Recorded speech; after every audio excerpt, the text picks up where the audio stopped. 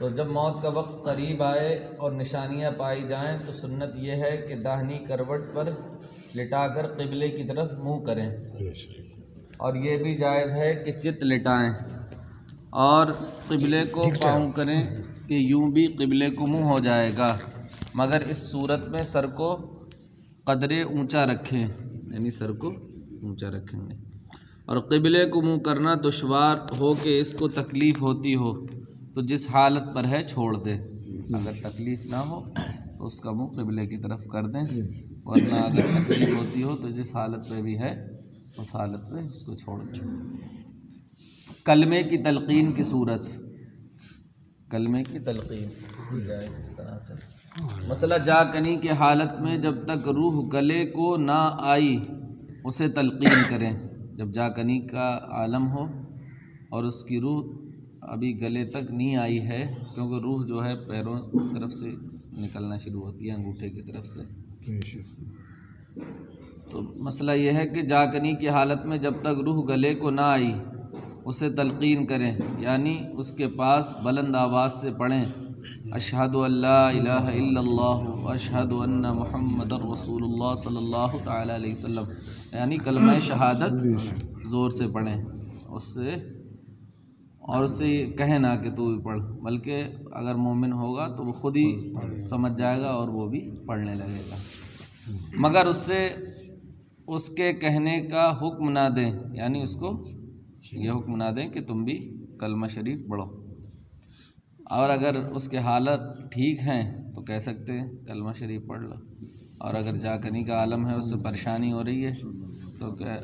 ایسے عالم میں صرف کلمے کی تلقین کرنا چاہیے، یعنی اس کے سامنے پڑھنا چاہیے، کہنا نہیں چاہیے۔ جب اس نے کلمہ پڑھ لیا تو تلقین موقوف کر دیں، یعنی پھر اس کے بعد میں تلقین نہ کریں۔ ہاں اگر کلمہ پڑھنے کے بعد اس نے کوئی بات کی تو پھر تلقین کریں کہ اس کا آخری کلام لا الہ الا اللہ محمد رسول اللہ صلی اللہ علیہ وسلم ہونا چاہیے، سمجھے؟ مسئلہ تلقین کرنے والا کوئی نیک شخص ہو، ایسا نہ ہو جس کو اس کے مرنے کی خوشی ہو اور اس کے پاس اس وقت نیک اور پرہیزگار لوگوں کا ہونا بہت اچھی بات ہے،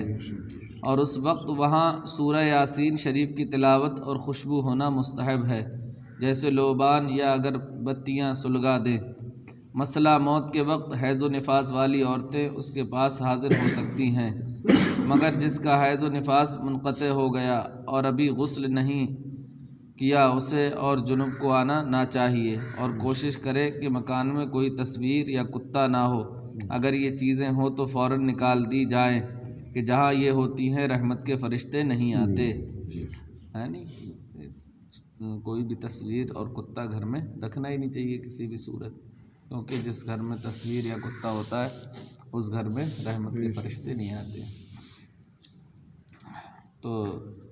جا کنی کا عالم ہو، کسی پہ زیادہ تکلیف ہوتی ہو تو اس چیز کا خیال رکھیں کہ گھر میں کوئی تصویر تو لگی نہیں ہے۔ ہم جیسے کیلنڈر ٹانگ لیتے ہیں، اب کیلنڈر میں اس میں تصویر بنا ہوئی ہے تو ہم نے وہ بھی ٹانگ لیا، ایسے کیلنڈر وغیرہ نہیں ٹانگنا چاہیے۔ جیسے ہم نے گھر میں کپڑے ٹانگنے کی جگہ جو ہے اخبار لگا لیا، اس میں تصویریں لگی ہوئی ہیں۔ عورتیں الماری میں برتن ورتن رکھے ہیں جس میں، اس میں اخبار بچھا لیتے ہیں، اس میں تصویریں لگی ہوئی ہوتی ہیں۔ تصویر والی کوئی بھی چیز جو ہے وہ گھر میں نہیں رکھنا چاہیے،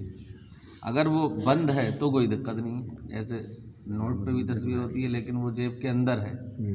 کھولے میں بالکل سامنے نہیں لگا ہونا چاہیے، یعنی کچھ لوگ ایسے ہوتے ہیں چھوٹے چھوٹے بچوں کے فوٹو لگا دیتے ہیں گھروں میں، ہے نا، تو تصویر بالکل نہیں لگانا چاہیے۔